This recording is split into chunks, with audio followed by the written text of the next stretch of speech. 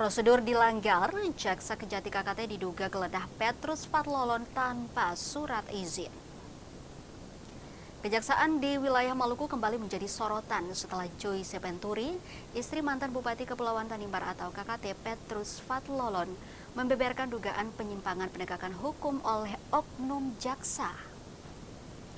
Kesaksian itu ia sampaikan dalam rapat panja reformasi kepolisian, Kejaksaan RI dan Pengadilan di Komisi 3 DPR RI, Kamis 4 Desember 2025, yang disiarkan melalui YouTube TVR Parlemen. Dalam rapat tersebut, Joyce menuding adanya dugaan pemerasan, politisasi hingga kriminalisasi terhadap suaminya sejak 2023.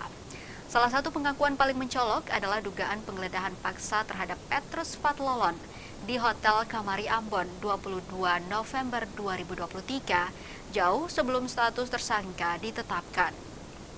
Menurut Joyce, Petrus diminta memesan kamar tertentu di lantai 6 hotel untuk bertemu seorang pejabat kejaksaan.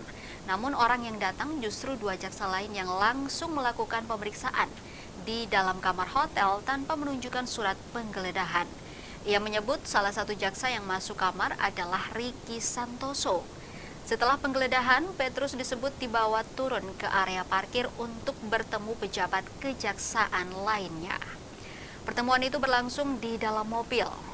Joyce menuturkan dalam mobil tersebut kembali muncul pembicaraan mengenai permintaan dana 10 miliar yang disebut untuk kelancaran penanganan kasus, sekaligus memastikan posisi Petrus aman untuk maju dalam Pilkada 2024.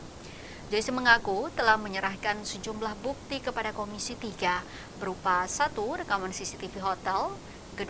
riwayat pemesanan kamar, yang ketiga kesaksian sopir dan pengacara, 4. dokumen pendukung lainnya. Usai menerima, Komisi 3 menyatakan bukti-bukti tersebut akan diverifikasi dan pihak terkait akan dipanggil untuk dimintai klarifikasi. Hingga berita ini diterbitkan, Tribunambo.com telah berupaya meminta tanggapan dari Kasipenkum Kejati Maluku Ardi, namun ia belum memberi keterangan.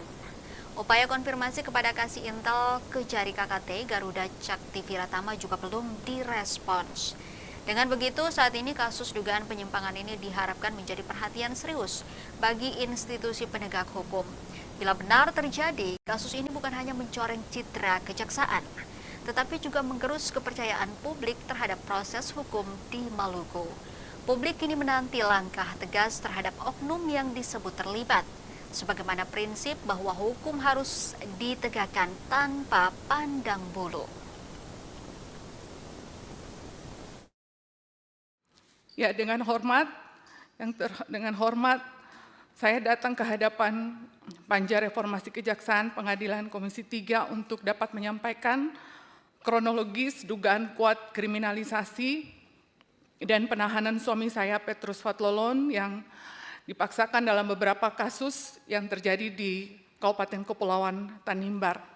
Bahwa pada tahun 2024, tepatnya tanggal 19 Juni 2024, suami saya ditetapkan sebagai tersangka untuk kasus dugaan SPPD fiktif di Sekretariat Daerah Kabupaten Kepulauan Tanimbar. Hal ini diawali dengan pertemuan antara suami saya dengan Kepala Kejaksaan Negeri Tanimbar pada tanggal 27 Oktober 2025, di mana yang bersangkutan menghubungi suami saya untuk meminta bertemu di halaman kantor Kejaksaan Tinggi di Ambon dan meminta naik ke mobilnya dan bertanya bahwa apakah Bapak ingin maju nyalon lagi untuk periode kedua, dan suami saya sampaikan bahwa ya, saya mempersiapkan diri untuk calon, dan menyampaikan bahwa saat ini mereka sementara memeriksa beberapa kasus, diantaranya adalah SPPD fiktif di BPKAD,